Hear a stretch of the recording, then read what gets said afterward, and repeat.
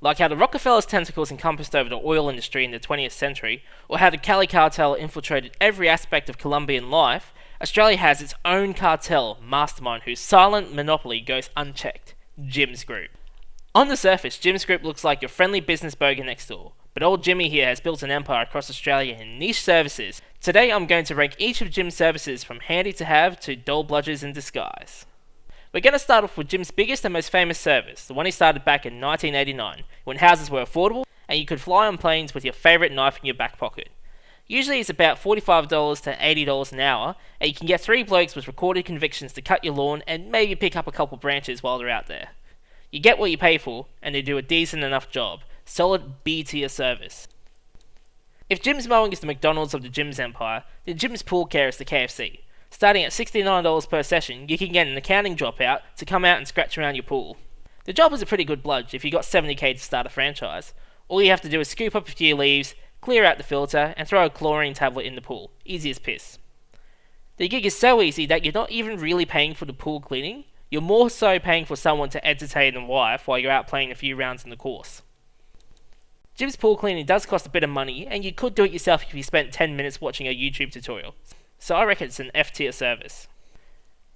While you can learn how to clean a pool in a YouTube video, you can't really learn on YouTube how to make a solid fucking fence. Personally, I like knowing that the neighbours walking past my house can see me on the treadmill in my underwear, but a lot of other people would be uncomfortable with that idea, and they might seek out Jim's fencing for some privacy.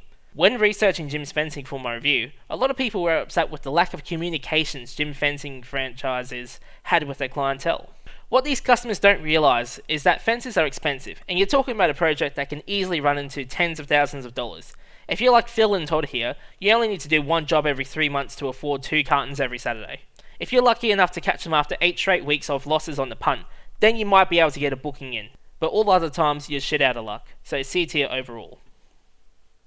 If you're going to get Phil and Todd to do your fencing, then Mateo, Marco and Luca here are going to turn your backyard into a parking lot. Just make sure when you're negotiating for the job, you have cash in hand ready. And that's because if Marco has to walk back to the X class and get the FWAS machine out, he's going to slap you with a 30% surcharge.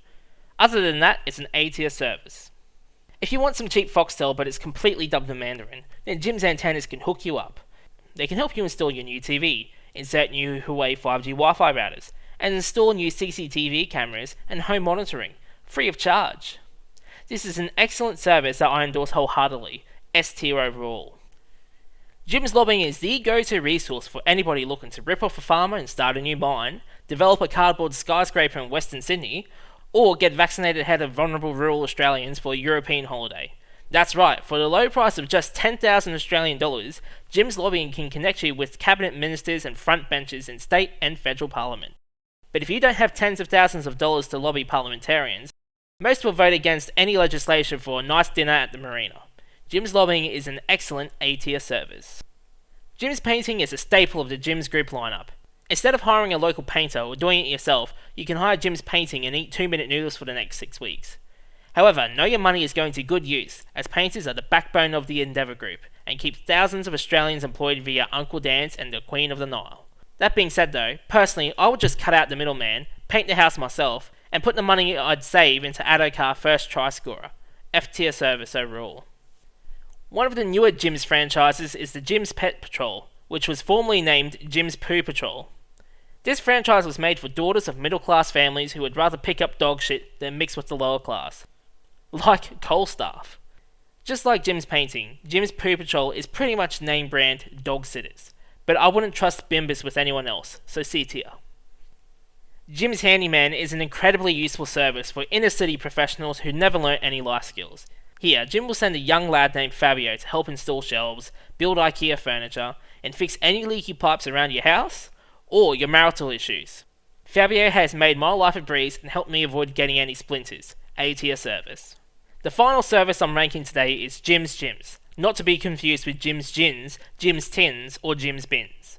Jim's Gins is a handy mobile van and personal trainer that comes to your house with all the equipment you need to work out from home. Either you can work in your driveway like a CrossFit studio to show off to your neighbours, or in the lounge room with all the curtains closed and the aircon on full blast. Jim's Gyms can be a bit of a hit and miss though.